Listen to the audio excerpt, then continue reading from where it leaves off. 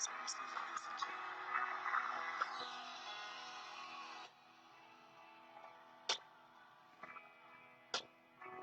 Quando chega o momento da decisão, Senhor, como escolher? Quando ouvi o filho perguntar e o cordeiro onde está, seu coração sangrou. Quando ouvi o pai lhe responder, Deus irá prover, seu coração temeu. E lado a lado, em silêncio os dois choraram, ao verem chegando o lugar da decisão. Um pedido assim que parte o coração. Como escolher entre a fé e a razão? Quando dizer não é opção e a fé te pede sim. Quando é preciso enfrentar e a alma quer fugir, é difícil ser como Abraão e um filho entregar, ser Isaque deitar-se.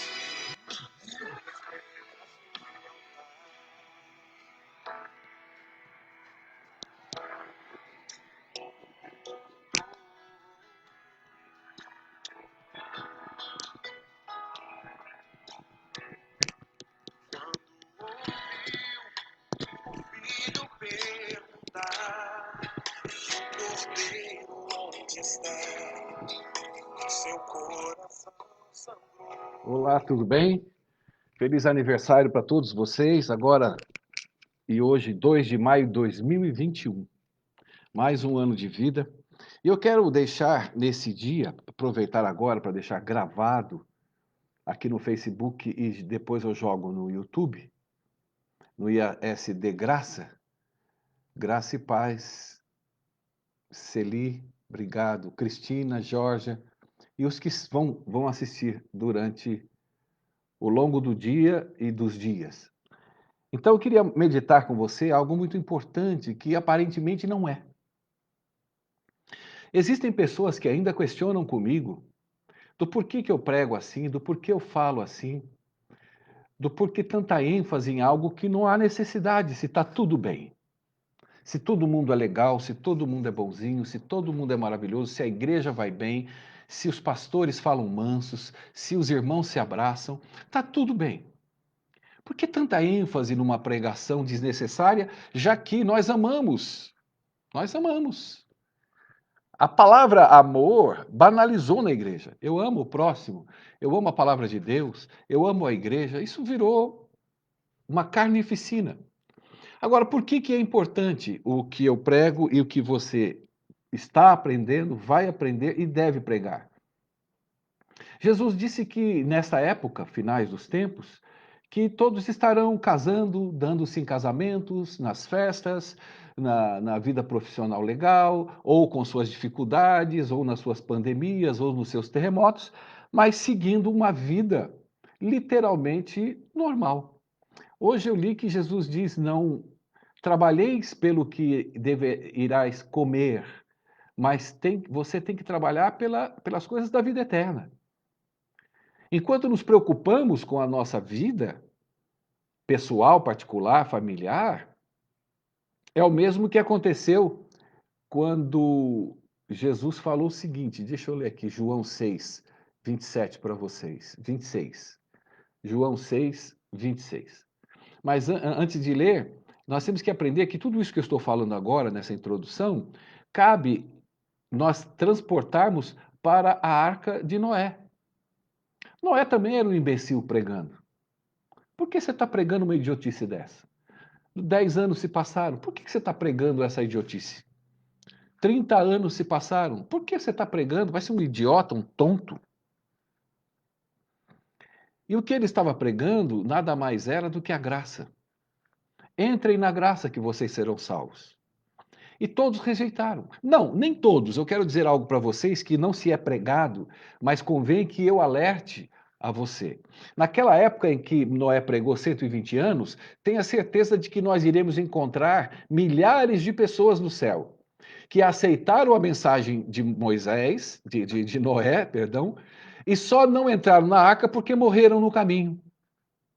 Então as pessoas pregam que foi em vão 120 anos de pregação e é mentira. Esses 120 anos, a mensagem da graça e do poder de Deus foi aceito por muitas pessoas que vieram a falecer por algum motivo, de doença, de velhice, de guerra, de pós-guerra, enfim, mas estarão no céu por causa das mensagens de Noé.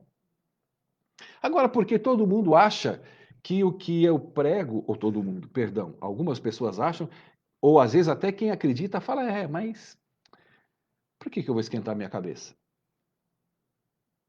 Porque não é para esquentar a cabeça, isso é mensagem de salvação. A mensagem da graça e do poder de Deus é para a salvação da humanidade. Agora veja o que Jesus diz em João, verso 26. Jesus respondeu-lhes e disse: ele tinha acabado de fazer ele repartiu os pães e os peixes, e eles se multiplicaram, e Jesus veio, e eles seguiram atrás de Jesus. Jesus falou: na verdade, vocês só me buscam não pelos sinais que vistes, mas porque comestes o pão e ficastem satisfeitos. Então, olha que interessante, muita gente não pesca isso. Eu nunca ouvi uma pregação sobre isso. Jesus diz: vocês, em verdade, eu digo que vocês não me buscam pelos sinais que vistes. Quais os sinais? Cristo, o Messias. Vocês me buscam por causa do milagre. Vocês me buscam por causa, em nome da fé,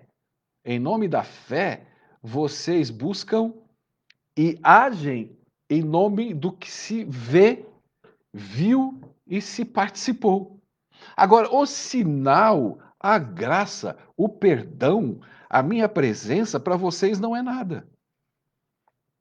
Mesmo que vocês dizem que é. Mesmo que vocês venham atrás de mim, mas a intenção dos vossos corações não é o sinal. Não é a vida constituída nele, na aceitação dele e no fruto dele. É muito interessante porque não é diferente nos dias de hoje. Não há diferença alguma.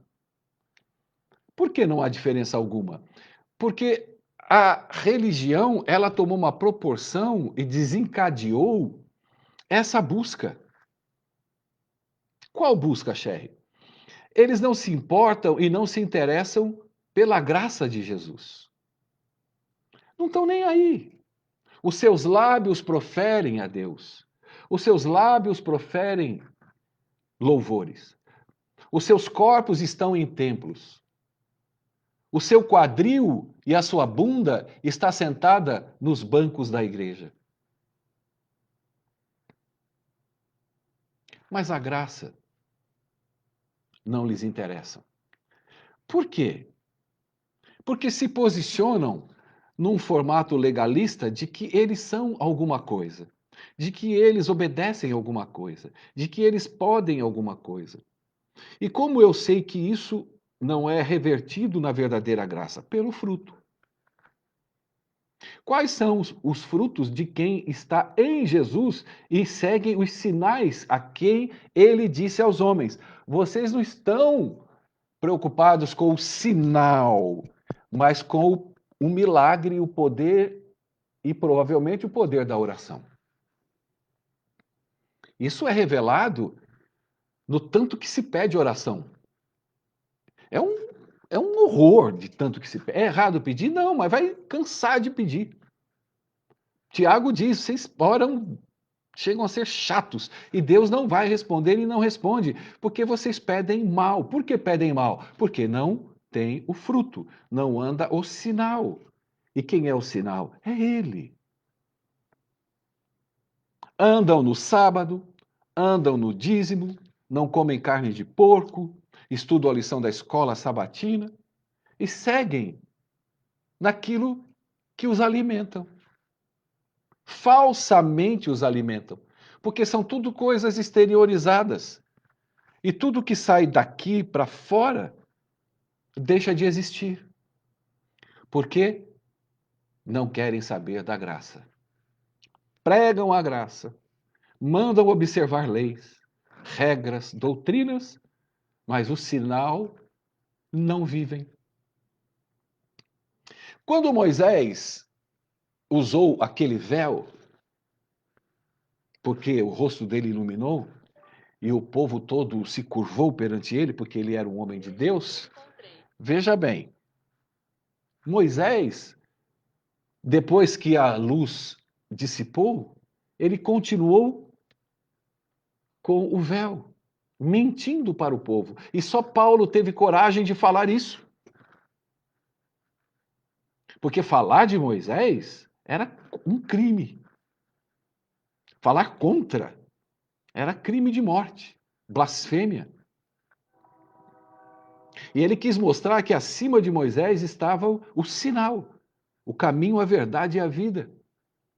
E hoje nós vivemos esse véu da mentira. Qual é o véu da mentira? Das doutrinas, das regras, do shopping center que carregamos na igreja, o mesmo que Paulo falava para o Sinédrio. Vocês têm lojas, vocês têm uma rua de vender produtos, mas a essência não vive em vocês. Então, por que é importante pregar, entender, ressignificar e viver? Para salvação. Porque a salvação não é só tua, é do próximo. Quando você não tem o sinal e não leva o sinal, você está levando aquilo que Cristo não quer que você leve, que é o interesse nas coisas externas da comida que o saciavam. O que eu faço com as doutrinas? Eu jogo fora? Se você for fazer o que você está fazendo, é melhor que jogue fora. Porque quando você se dispõe a levar e viver o sinal que é Ele, que diz na palavra dele, você resolve o teu problema e o problema do próximo. E sabe qual é esse sinal? É a arca. É a porta aberta e é você entrar. Ou, em segunda hipótese de porta, eis que estou a porta batendo, aquele que abrir, eu entrarei e cearei com ele. Eu não correrei atrás da comida que Cristo vai me dar, mas juntos cearemos. Olha que lindo isso. Mas isso não alegra o coração do homem. Isso não alegra o coração da igreja. E nunca vai alegrar, nem ontem, nem hoje, nem amanhã. Por isso que a salvação é individual. Por isso que você tem que entender o que é o sinal, o que era a graça, viver essa graça e pregar essa graça. Porque é só ela. Moisés pregou e pregou, falando e pregou, pregando a graça. Ele construiu a graça para que as pessoas entrassem na graça. O que é a graça? Como eu sei que eu estou salvo? Pelo fruto. Pelos frutos. Ou pelo fruto do Espírito Santo. E qual é o fruto? Você vai entender. Se isso não existe na sua vida, é a hora de você entender o sinal. Porque viver como você está vivendo é caminho da morte. Porque todos morreram quando a arca estava construída. E todos pereceram. Ah, mas eram homens, eles vinham, assistiam. Ah, mas tinha alguns sinceros. Não importa, cara. Importa é o que Deus fala. O que é a ira de Deus? Eu vejo pessoas pregando a ira de Deus que me dá ânsia de vômito. Pregam dias falando da ira de Deus. E é tanta besteira, tanta mentira, tanta falta de conhecimento, tanta falta do Espírito Santo. A ira de Deus, ela é colocada sobre aquelas pessoas que escolhem o que querem viver. É só isso. A ira de Deus, ela não é colocada porque você não obedece.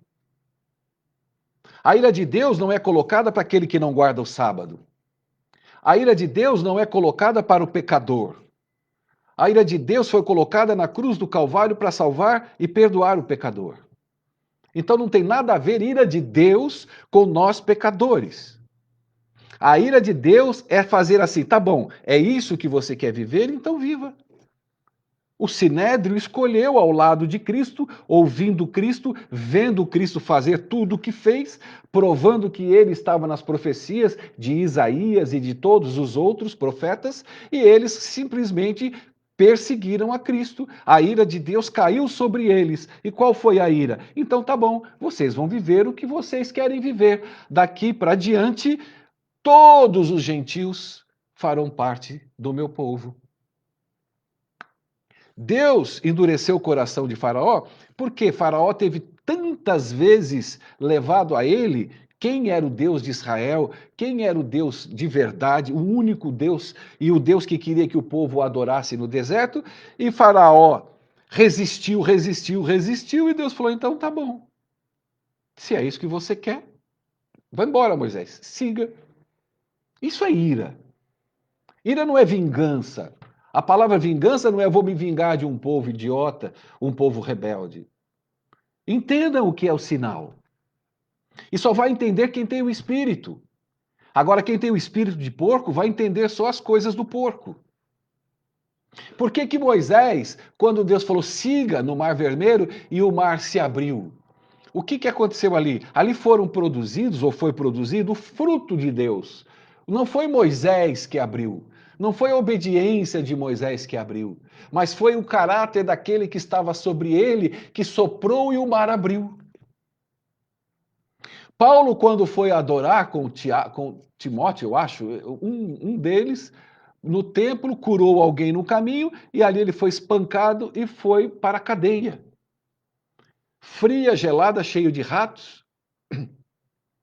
E ele falou, cara, vamos fazer o culto que a gente ia fazer. Mudou a direção, mas não mudou o propósito. Agora, por que que Paulo louvou, adorou e fez o culto lá dentro da cadeia fria, gelada, sem comida e sem água? Por quê? Porque Paulo era bonzinho? Porque Paulo era obediente? Não, porque o que estava em Paulo frutificou, era o Espírito que estava nele que adorava a Deus. Paulo não tinha nada com isso. Como você não tem nada com isso, nem eu tenho nada com isso. A sua entrega faz com que você morra. E para você morrer, você tem que nascer de novo. E quando você morre, o caráter de Cristo nasce em você e nasce uma nova criatura. Qual que é a nova criatura? É um novo Sherry? Não. O Sherry é a mesma porcaria de sempre. É o mesmo idiota de sempre. É o mesmo pecador de sempre. Mas a nova criatura que nasce em mim é o caráter de Cristo. E através de mim eu prego, não eu quem prego, mas é o caráter de Cristo quem prega. É o Espírito de Cristo que fala sobre a minha pessoa, porque eu resolvi morrer para Ele viver, para que eu renasça nele e Ele em mim vai fazer a obra. E eu não mudei. Eu não tenho um outro caráter. O meu caráter é o mesmo, podre. Eu não sou um novo Sherry, eu sou o mesmo Sherry de 30, 40 anos atrás. Eu só faço aniversário. Entendeu? Agora, a igreja não quer morrer. A igreja quer fingir ser o que ela não é, porque ela é mentirosa. Por que ela é mentirosa? Porque Jesus fala que ela é mentirosa em Apocalipse 3. Porque ela é miserável, ela é pobre, ela é cega e ela está nua. O que é nua? É nua de justiça. Ela não tem justiça. Por que ela não tem justiça? Porque ela não frutifica o fruto do Espírito. Ela é apenas um templo, ela é apenas uma empresa, ela é uma empresa lotada de seres humanos comportamentalistas, de pessoas que vivem uma vida socialmente regalada no conceito de moda, vestimenta, presença. Mas quando saem dali, Sherry, não fala assim, eu falo. Mas você está julgando todo mundo, eu estou alertando você. Não entra nessa história. Não entra nessa história de Noé 120 anos e todo mundo falava, que velho idiota. Olha o Sherry como ele é idiota, ele fala sozinho. Já chegaram a falar para mim o seguinte: se tudo que você fala é verdade, Deus vai confirmar na boca de outros. Mentira! Porque se outros pregarem, você também não vai acreditar. Porque se não acredita no que eu prego hoje, pela boca do Senhor, dentro da palavra do Senhor, pregando a verdade do Senhor, você não vai acreditar em outro falando. Porque você não quer se converter. Isso é um alerta para nós. Eu sei que eu sou cego, miserável, porque isso eu estou no contexto da minha igreja. Está contextualizado. E hoje já estão pregando, pela boca do diabo, de que nós não somos Laodiceia. De que Laodiceia aconteceu, que agora não. E outros endemoniados pregam que aqueles que não são de Cristo, que são o joio, sairão da igreja. E os que ficarem na igreja são de Deus. Jesus nunca viveu igreja. Jesus nunca constituiu uma igreja. Jesus simplesmente saiu, pregou, circulou, levou o amor que ele tinha para tudo e para todos. Jesus nunca se preocupou em multidões, Jesus sempre se escondeu delas. Aonde vinham as multidões, Jesus escapava fora. Jesus conversava com dois em Emaús. Jesus parava na morte de um garoto, naquela coitada daquela senhora que havia perdido o filho, e ele foi e salvou o filho. Jesus sentou num poço ao meio-dia, num sol lascado, com fome e com sede, e atendeu uma mulher que teve 6 maridos, e o que ela tinha não era casada com ele. Esse é Jesus. Então Jesus incentivava você a adulterar. Então Jesus incentivava você a roubar, porque ele desceu com Zaqueu e foi para a casa de Zaqueu e disse: Hoje houve salvação. Aí o crente legalista diz: quando Zaqueu disse: Ora, eu vou dar 4 vezes mais. Aí Jesus falou: Agora, hoje houve salvação. Aí eles pregam porque a porcaria do Zaqueu falou que ia dar 4 vezes mais. Jesus estava nem aí. Se ia dar uma, duas ou não desse nada. Não. Ele estava salvo naquele dia por um motivo, porque Cristo entrou na casa dele. Mas a visão comportamentalista e legalista não é essa. A visão igrejal é que ele deu. É tudo negócio. Se não negociar, nem a graça presta. A graça só presta quando ela vem e te salva. Mas depois de salvo, você tem que ser outro homem, você tem que ser obediente, você tem que guardar a lei. Isso é loucura, cara. Olha quais são os frutos que você produz. Olha aonde você está posicionado no Evangelho eterno. Por que você está atrás de Jesus? Por causa do sinal dele? Ou porque ele está te dando ou poderá te dar coisas, ou te proteger de coisas? Ou te dar um novo emprego? Ou te curar do corona? Por que você busca Jesus? Qual o interesse teu? Qual é a tua busca? Qual o teu corre? Quais as suas ações? Quais são os seus frutos? Pedro, quando parou no templo e olhou, falou: Eu não tenho ouro nem prata, mas o que eu tenho eu te dou. O que ele tinha? O Espírito Santo. Porque alegrou ao Espírito Santo levantar aquela pessoa. Levanta e anda. Não foi a bondade de Pedro, não foi a transformação do caráter de Pedro que fez frutificar aquele fruto na vida daquela pessoa. Nem foi a bondade de Jesus que fez o que fez. Ele diz: Eu faço o que o Pai me manda. Aquele que vê a mim, vê o Pai. Por quê? Porque o Pai vivia nele. Ele era homem, passível de pecar. Mas Deus tomou posse dele. Então, cada passo que ele dava, cada atitude que ele tomava, era o próprio Deus fazendo nele através do Espírito Santo. É isso que você vive? Ou é a igrejinha? Ou é o culto ordinário? Que Deus fala em Isaías, eu estou cansado desse culto ordinário. Eu estou cansado dessa lição da escola sabatina ordinária. Eu estou cansado desse ritual ordinário que você me faz. Por quê? Porque eu não vivo em você. Porque quando você sai da sua casa, eu não consigo ser eu, Jesus fala. O Espírito não consegue ser o Espírito, porque você me retém. Porque você criou para você normas, regras, doutrinas, idiotices humanas. E quando você olha ou vai dar estudo para alguém, você se vampiriza, querendo sugar e chupar o sangue do coitado e da família dele, jogando sobre ele tudo aquilo que você não vive e não faz. Como exemplo, olha, agora você vai aceitar a Cristo, vai se batizar, agora você vai guardar os mandamentos de Deus.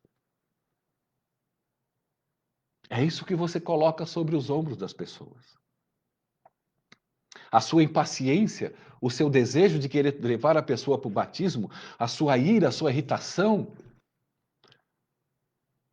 é que faz Deus dizer: vocês correm atrás de mim porque vocês correm atrás de se saciarem. Mas os sinais que existem em mim, vocês não estão nem aí. Nem aí. Como você fala assim, Cher? Eu não falo, eu não te conheço, mas olha para você, para o espelho e para a tua vida.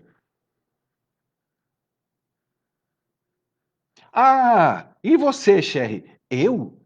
Cada vez mais eu preciso dele. Cada vez mais eu me aquebranto para que as minhas atitudes sejam atitudes dele, não minhas. Eu não saio por aí procurando pobre para ajudar.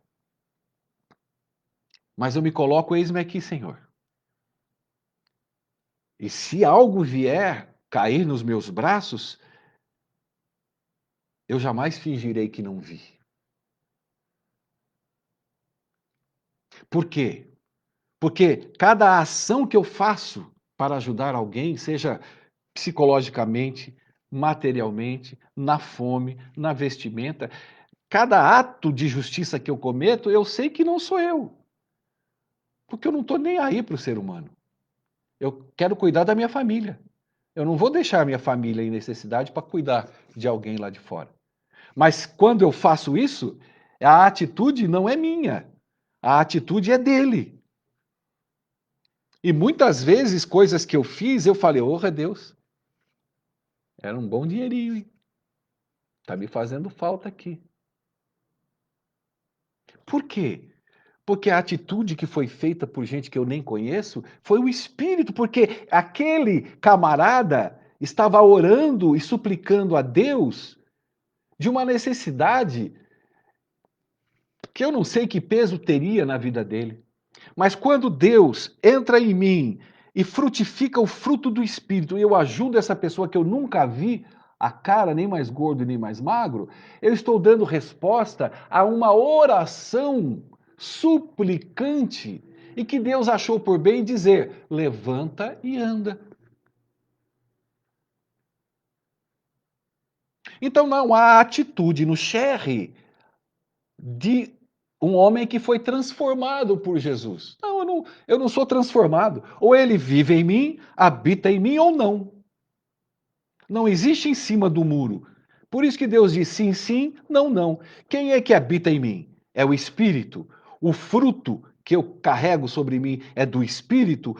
Aleluia, porque a glória é dele, porque é ele que faz, é ele que frutifica, é ele quem ama o próximo, é ele quem faz o bem para o próximo, é ele que tira dinheiro do meu bolso e faz eu comprar uma comida para alguém, é ele que faz eu pegar meu carro e buscar uma mesa para uma pessoa que precisava para comer e não podia buscar porque era em outra cidade. Eu fui lá com o meu carro, peguei, mas foi o Espírito que fez isso, não foi a minha bondade, não foi a minha transformação, não foi o meu bem-estar pelo próximo, não. Porque o dia que eu largar a Cristo, nem na igreja eu vou mais. O dia que eu largar a Cristo, eu não quero ver a cara dos irmãos. O dia que eu largar a Cristo, eu não vou abrir um clube social em casa para chamar os irmãozinhos da igreja. Tenha certeza que não. Mas é o Espírito a quem eu dou ousadia para habitar em mim, é que faz com que eu ame minha igreja, que eu ame os meus irmãos. Como eu contei ontem, Tiago falou: Paulo, bem-vindo a Jerusalém. Aqui tem centenas de irmãos convertidos que aceitaram a mensagem de Cristo e que são fiéis à lei de Deus. Paulo entrou em Jerusalém, foi para a escadaria na festa, ele com mais uma pessoa, começaram a gritar que Paulo não valia nada, que Paulo pervertia as verdades de Deus, e começaram a pressionar e a juntar para bater em Paulo, prender Paulo. Aí eu lhe pergunto: cadê a igreja de Tiago? Cadê Tiago? Cadê os irmãos maravilhosos da igreja? Não apareceu um. E se vangloriavam. Oh, glória a Deus, aleluia. Vamos estudar a escola, irmãos. Oh, que bênção, né, irmão? Vamos ajoelhar, vamos fazer 10 dias de jejum e oração. Para quê?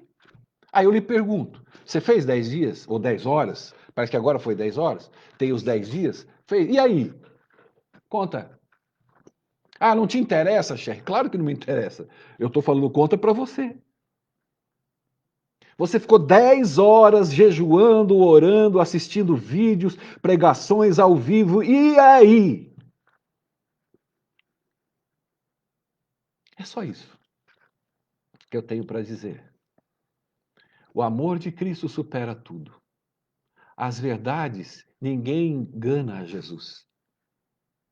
10 horas, 20 horas, 10 dias, isso para Cristo não é nada. Quer saber? Olha para você agora. Para de ficar babando o ovo de homens, de que foi lindo. Deus não quer saber disso.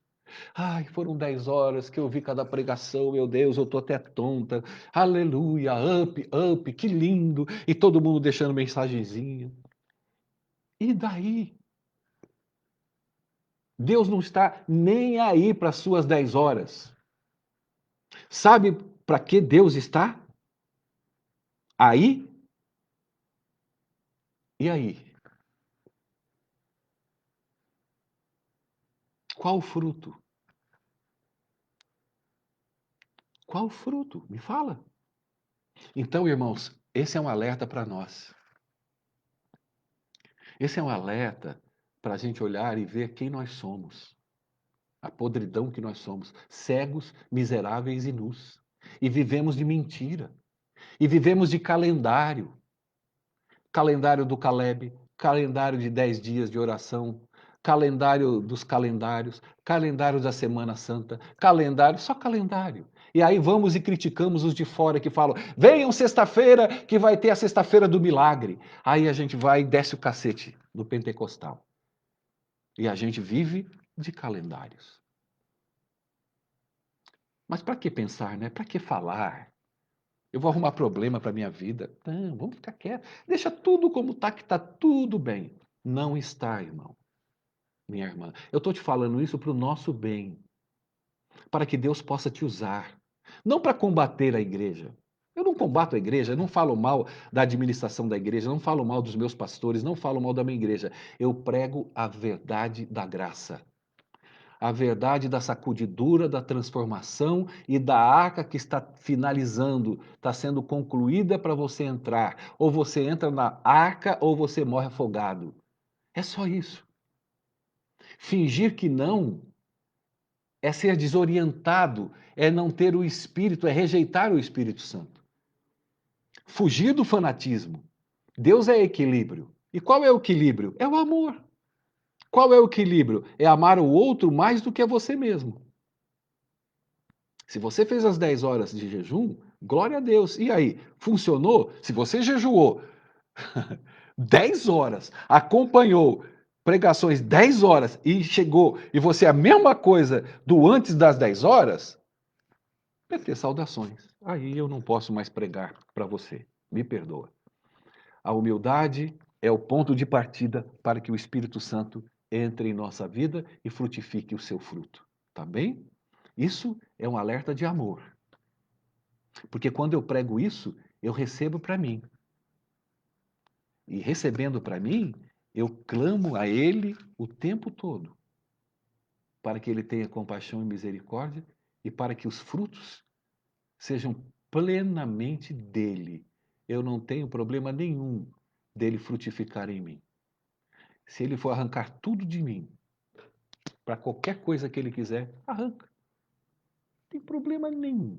Eu sei que ele me abençoa quando ele tira as coisas de mim e coloca as coisas dele.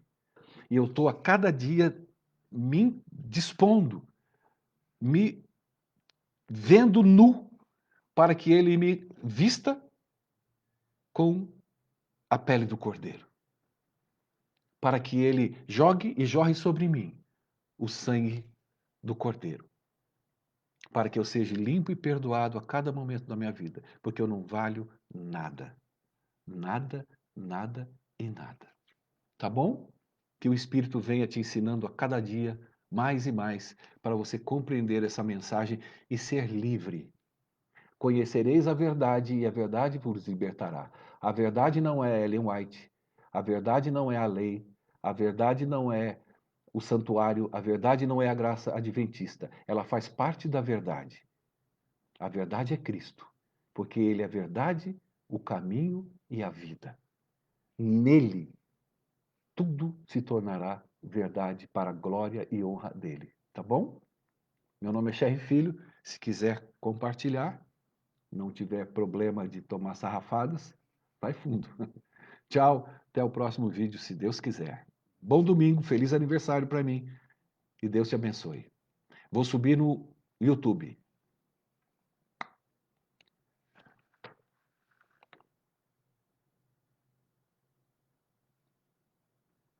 Deixa eu ver aqui.